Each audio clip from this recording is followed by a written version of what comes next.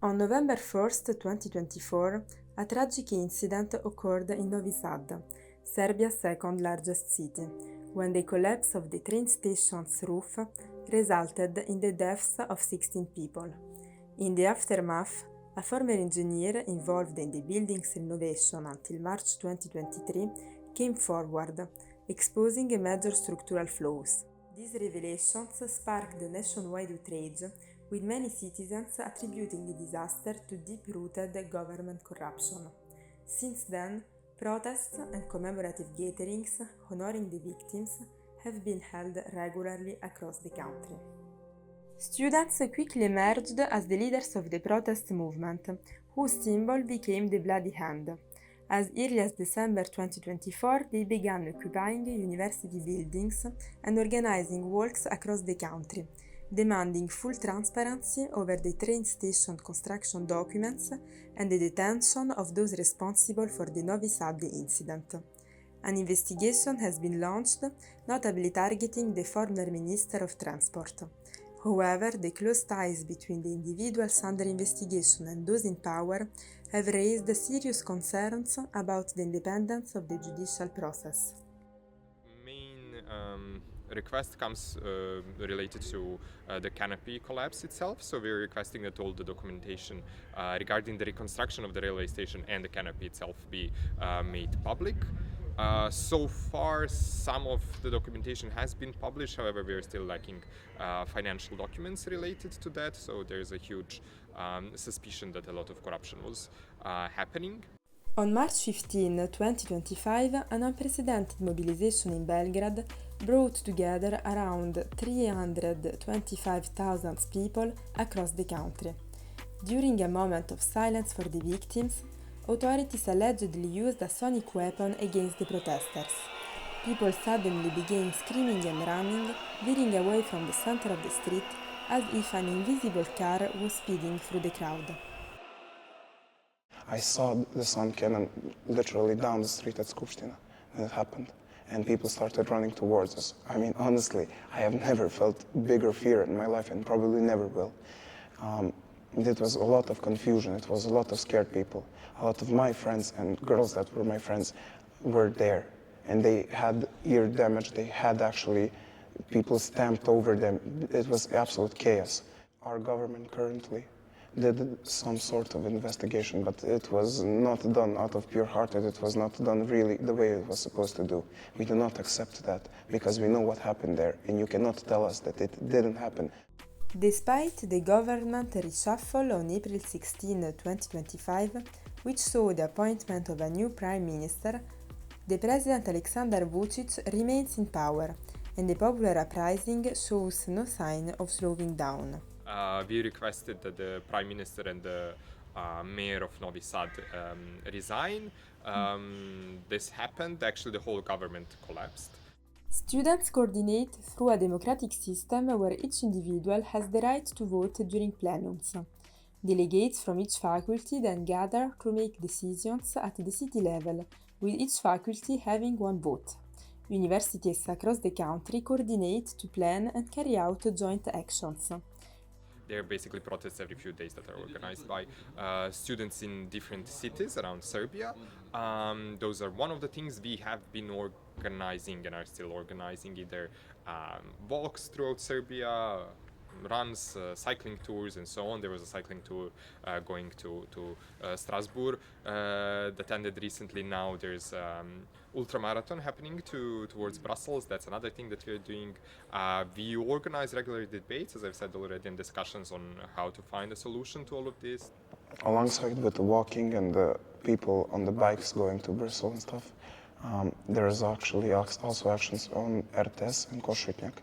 It is our national television that is blocked because they actually lied.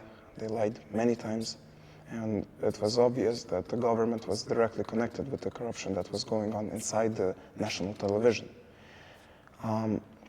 It is blocked for those reasons, because we do not want people to lie to us, for our families, to our friends, or no one, because that is something that is public and should be nothing but the truth. For 2 weeks, students occupied the headquarters of the public broadcaster to protest government interference in the media and to call for elections for new members of REM, Serbia's media regulatory authority. The occupation ended on April 28, following an official announcement that the elections would be held. During the protest, some RTS employees launched a petition calling for REM elections while showing their support to the students' movement. The petition is to address the authorities, the Parliament of Serbia, who is in charge of forming that body. And that body is in charge of forming the management of radio television of Serbia and all the public services in Serbia, including Vojvodina. So it's in their charge to form the management of radio television of Serbia and all the public services, and that's quite an important role. Most of the medias, including the RDS here, are showing the, let's say, la-la land of where we live. The RTS blockade emerged as a powerful example of civic solidarity and non-violent resistance. Citizens distributed food and drinks, while workers, bikers and veterans of Serbia's 1990s war secured the area to protect the students from police or pro-government intervention. Our local rally have come all the way across the city here to support the students in their blockades here.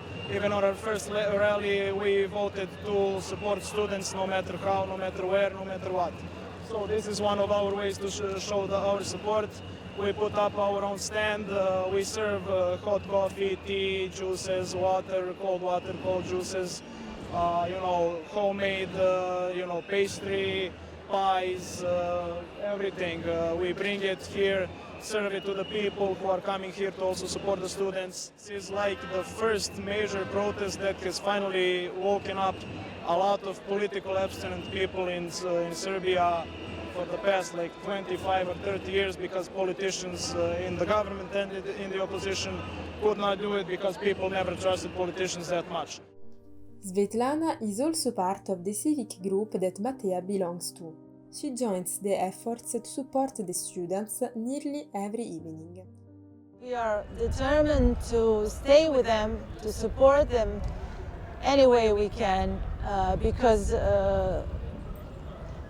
they are not kids. They are the best thing that Serbia has. They are like the cream of our society, and we need to protect them and cherish them. And that's why nothing that threatens us is important anymore. My life goal, my life aim, to clean this country with these young people and make it ready for future generations, for my grandsons to come and enjoy the way they should. If you can imagine, we have 1/3 of fake positions, jobs, people who are receiving their paychecks and they do nothing just because they are close to the government. They have someone in a government, which is really a nepotism that should not exist nowadays. Veterans of the 1990 Serbian War have aligned themselves with the student movement, committing to protect the young protesters. Ustrajnost i da će doći do ispunjenja većine svih zahtjeva, zato što upornost i moralna obaveza je svih njih, a i nas da u tome istrajemo. We are sure 100% to the request government must approve it,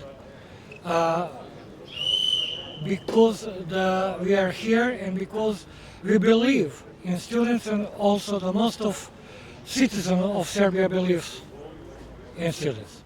Nobody wants to change anything in Serbia by using the force or violence. Only we want the system to do correctly their jobs. I hope we are fix this with peaceful. Alongside the veterans, groups of bikers have joined in to protect the students. The bikers started helping students when there was an incident the students were blockading the streets and holding 15 minutes of silence for the victims in the tragic accident in Novi Sad. And there was a car that went and struck students, tried to break the blockade. And after that, the bikers mobilized themselves immediately to provide cover with our bikes in front of the students so cars cannot hurt anybody. We are trying to end the corruption and just to get the system working, because it's not working. The institutions are not working.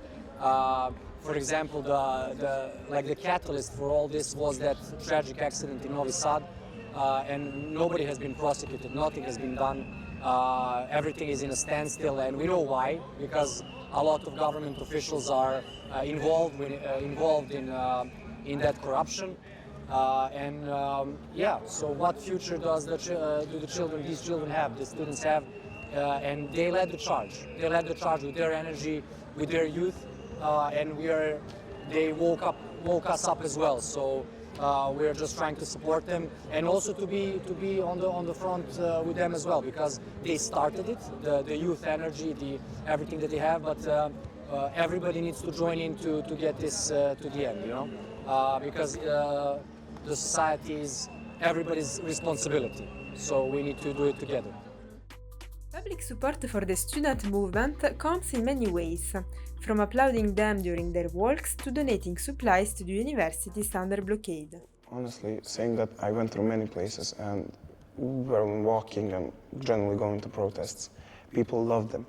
People are so happy that someone actually gained a voice and that they can actually stand for something that's right. And the thousands of people that I have seen, I haven't seen maybe 100 that were against us. And that says something about it. It says actually a lot, that people are sick of the state of the government, they are sick of the state of their lives, and they want something better. We are surviving thanks to donations of citizens, so that's one of the things that they're supporting us with. And also, whatever we organize, whenever we call them, they're tons and tons of people that are actually coming and being ready to assist us with whatever we need. And we even get requests, regular requests, as how is it that we can help you? Can we offer help in this and that and so on? And I think the best example of how much support we're getting and how much the people are ready to support us is during those walks, as I said already, when we go from one city to another. And then you see whenever you go into a smaller village, a smaller town or something, like there are crowds of people gathered there that are ready to help, ready to donate something, ready to ask like how can we assist you and so on. So. Meanwhile, government supporters have established a camp in front of the National Assembly, forming a sort of counter-movement. According to student allies, these demonstrators are allegedly being paid by the government to show support. This claim was backed by an N1 journalist, who, posing as a student interested in joining, recorded a video in which he contacted one of the organizers. When you see the reactions of the government and what they are doing, for example, you can see the criminal camp that they put up in front of the parliament building, and what people that they bring there, and they are paying them, and they are doing some desperate moves. They're in front of the assembly. They're actively supporting the government. Are people who have chosen that it is more profitable to lose your integrity and honor for a little bit of cash versus doing what is right. Sometimes government supporters threaten or even attack students and those who back them. There is a case in village called Đurđevo, near Novi Sad, where one small business owner that owns a bus transport company, he stated that he's ready to drive everyone that supports students from villages nearby to the Belgrade to RTS blockade daily for free. After his first tour, few thugs broke inside his backyard and punctured tires on his bus. They also left him threats to kill his son over the phone call.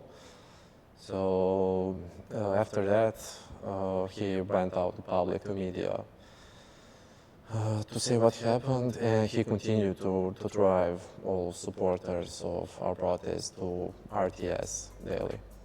In addition, the authorities are exerting pressure on protesters. Teachers and university staff are particularly targeted. Many have had their salaries suspended and some have been summoned by the police for questioning, like the dean of the Belgrade University. 6 activists from the Free Citizens Movement and a group of students against authoritarian government were arrested on March. Following public mobilization and the blockade of the Novi Sad courthouse by protesters, they were placed under house arrest on May 20. They were targeted by Secret Service or police. They illegally spied on them, recorded the audio, their speech, and they took different parts of that conversation out of context in order to persecute them for being terrorists and going against constitutional order of Serbia. Despite the continuing repression, the international reaction was relatively weak. Following students' visits to Brussels and Strasbourg, many Serbs have expressed disappointment at the European Union's response. Some suggest this is due to a deal President Vučić made with the EU in August 2024 to supply lithium, a key resource for the bloc's electric vehicle industry. Around the same time, the EU backed the lithium mining project in the Jadar Valley, led by multinational mining company Rio Tinto, against which large-scale protests regularly take place in Serbia. Information about the things that are going on here is poor because the politics of our government is pointed to a commercial way of selling everything that Serbia has. And everyone sees its interest, every country sees its interest in that. We made many deals, very shady deals with a lot of countries, and everyone is interested in making money here. So that's why the reaction is poor, because the material interest is above the ethical. Even though the students insisted that their movement wasn't political, many believed that real change would be hard to achieve as long as the president and his party remained in power. Our faculty voted on whether we expected this government to fulfill the requests of the students. We came to a realization that that most likely will not happen. In start, students were not, didn't want to go in like, this is not political, but they are also learning, they're young people, they're also learning that if you're doing something for the society, you're doing something politically, right? We're going to come to an election, certainly, and now nobody knows exactly what the solution is going to be. We do not have a proper opposition which would fulfill our needs or our expectations, because everyone is dirty at this point. And the answer would be the experts, the educated people who are experts in their own field, and they could help rebuild this country. At the time this video was filmed, the student movement had been going on for nearly 6 months. While they obtained some results, like elections for a new media regulatory authority and a government reshuffle, most of their demands still had not been met. The main one is the condemnation of those responsible for the Novi Sad accident. In addition, they were calling for broader systemic reforms and an end to widespread corruption. On May 6, students introduced a new demand: fresh parliamentary elections. So far, no election date has been announced. As long as they're not fulfilled, we're not gonna move back. And I think the motivation is still very, very high. It is tiring. We would like to maybe continue with what we were doing before, but we are ready to still withhold until we fulfill what we set out to do.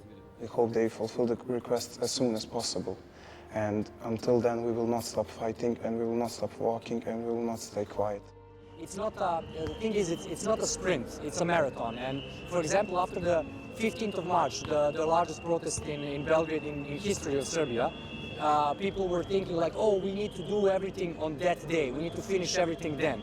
But that's not true. That was only the beginning of that like marathon. It's a small, inch by inch, step by step fight to get to the justice.